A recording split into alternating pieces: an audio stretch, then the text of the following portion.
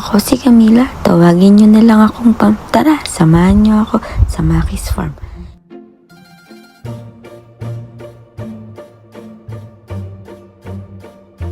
Itong ginagawang building ay extension na lang ng unang manukan.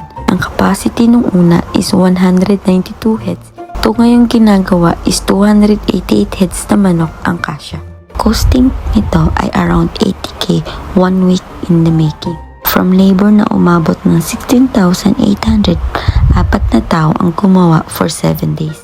Materials umabot ng 40,000. Ang inclusion nun is pako, yero, tire wire, steel matting, bakal at semento. Yung kahoy naman is 25,000. So baka magtaka kayo, medyo mura yung materials. Depende po kasi yun sa area natin. So high cost building na po yung pinagawa ko kasi yun na po yung nasimulan namin sa dating manukan. At syempre po, yung target namin ay pangmatagalan na. Kabado tayo sa unang pag-voice over. Ayan, ang ginamit natin is mahabang yero para pag umulan di mabasa ang manok. Steel matting na din yung ginamit ko dyan kasi for safety purposes na din kasi minsan bumababa tayo ng bayan, walang nagtatao sa manukan. Kulang na lang dito is dryer para sa ipot ng manok at syempre yung ilalagay nating cage at bagong manok. Hahanap muna tayo ng pera. Yun.